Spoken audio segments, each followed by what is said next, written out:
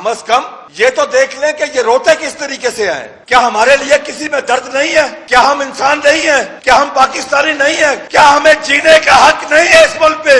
ہماری بدقسمتی یہی ہے کہ ہم نے وہ ظلم کیا جس ظلم کو چنگیز خان ظلم کہتا تھا. چنگیز خان کے ہسٹوریکل ورلڈ ہے, اس نے کہا تھا میں نے پوری لائف پہ کسی لائق کے اوپر للیک نہیں بٹھایا. بھائی کوئی تو پیدا ہو جو پاکستان کا دفاع کرے. پاکستان کی معیشت تباہ ہو رہی ہے, پاکستان کا کسان مر رہا ہے اس وقت. ہمیں نہیں چاہیے آپ کا یہ پیکج, ہم مسترد کرتے ہیں اس پیکج کو. ہمیں خیرات نہیں چاہیے, ہمیں اپنی پروڈیوس کا حق حلال کا ریٹ چاہیے. آج وہی کاشتکار, اس نے اگر خودکشی نہیں کی لیکن ڈپریشن میں آ کے ضرور مر رہا ہے. وہ آج اس کے نہ گھر کے حالات اچھے, نہ اس کے کھیت کے حالات اچھے, نہ بچوں کی تعلیم کے حالات اچھے, نہ صحت کے حالات اچھے. میں اس کاشتکار کے جذبات کا لفظوں میں احاطہ کر کے نہیں بتا سکتا جس کی گھر جوان بیٹی بیٹھی ہے اور اس نے اس گندم کی آس رکھی ہوئی تھی کہ گندم آئے گی بیچوں گا, اس کے ہاتھ پیلے کروں گا. جس کے گھر بیمار بچہ ہے اس نے گندم پہ آس رکھی ہوئی تھی, گندم آئے گی سیل کروں گا اور میں اپنے بچے کا علاج کروں گا. جو تعلیم جاری نہیں رکھ سکتا اپنے بچوں کی.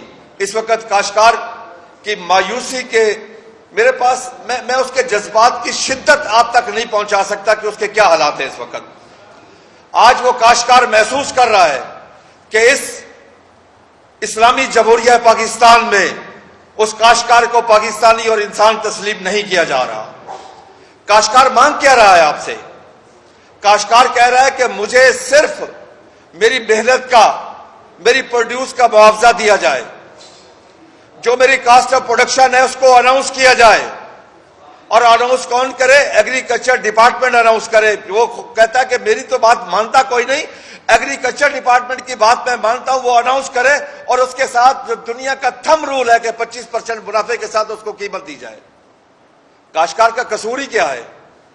کیا چینی والے زیادہ پاکستانی ہے, زیادہ محب وطن ہے؟ مجھے بتائیں کسی کاشتکار سے مقابلے میں کوئی محب وطن ہو.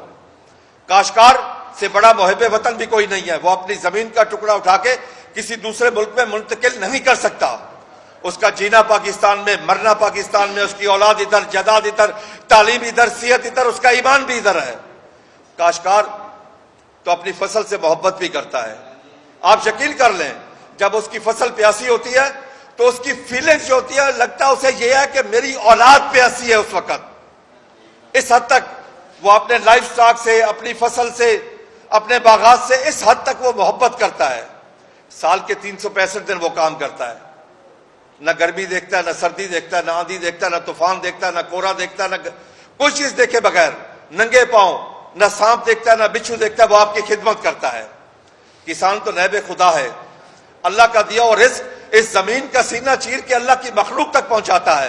آج وہ نائب خدا ذلیل و خوار ہو رہا ہے. وزیر زراعت سے میں گزارش کرتا ہوں کہ آپ زمیندار بھی ہیں, آپ کاشتکار بھی ہیں, آپ وزیر بھی ہیں, پنجاب ایگریکلچر کمیشن کے چیئرمین بھی ہیں. آئیں میڈیا کو بتائیں کہ اس مظلوم کاشتکار کے اس محنت کا, اس کی کاسٹ آف پروڈکشن کیا ہے. آج میں فگر آپ تک رکھنا چاہتا ہوں. پاکستان کا جو ٹوٹل ایریا زیر کاشت ہے وہ 24 ملین ایکڑ ہے. ٹوٹل ایکسپیکٹڈ جو پیداوار ہے جو گورنمنٹ نے شو, میں اس کے مطابق بات کر رہا ہوں, وہ 31.6 ملین ٹن ہے. جو ہمارا ایکسپیکٹڈ ریٹ جو بنتا ہے وہ 3900 بنتا ہے. جو ہماری کاسٹ آف پروڈکشن ہے وہ 3400 روپے فی بن ہے. کوئی اس کو چیلنج کر دے, ہمارے ساتھ آ کے بیٹھ جائیں.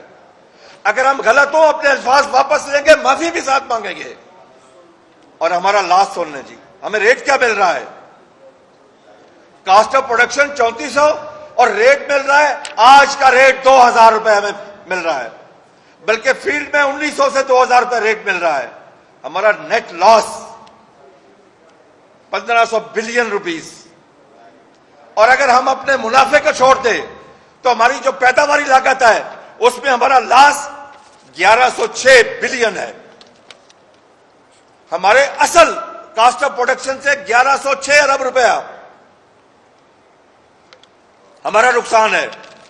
ہم ہر کے ساتھ بیٹھ کے بات کرنے کے لیے تیار ہیں, لیکن ہم سے کوئی بات چیف منسٹر صاحبہ کاشتکاروں سے بات نہیں کرنا چاہتی, کیونکہ اتنے بڑے ایشوز پر اس سے بڑا زراعت میں آج تک کوئی مسئلہ نہیں بنا. آج تک اس وقت تک انہوں نے کاشتکاروں سے، زمینداروں سے، میں نہیں کہتا تنظیموں سے ملے، کاشتکاروں سے ملے، پریکٹیکل فارمر سے ملے، ابھی تک ان کی کوئی ملاقات نہیں ہے۔ کم از کم یہ تو دیکھ لیں کہ یہ روتے کس طریقے سے ہیں، آ کے آنسو کیسے بہائیں گے آپ کے سامنے، اتنا تو ضرور کر لیں۔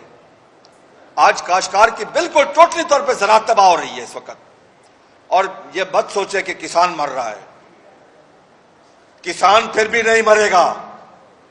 کسان لسی سے روٹی کھا لے گا، چٹنی سے کھا لے گا، دودھ سے کھا لے گا، 25 کروڑ عوام کا کیا کریں گے؟ کیونکہ آپ کی یہ جو گندم فصل ہے یہ تمام فصلوں کا انجن ہے، ساری فصلوں کے راستے اسی سے نکلتے ہیں۔ اس کا میں ثبوت دیتا ہوں آپ کو۔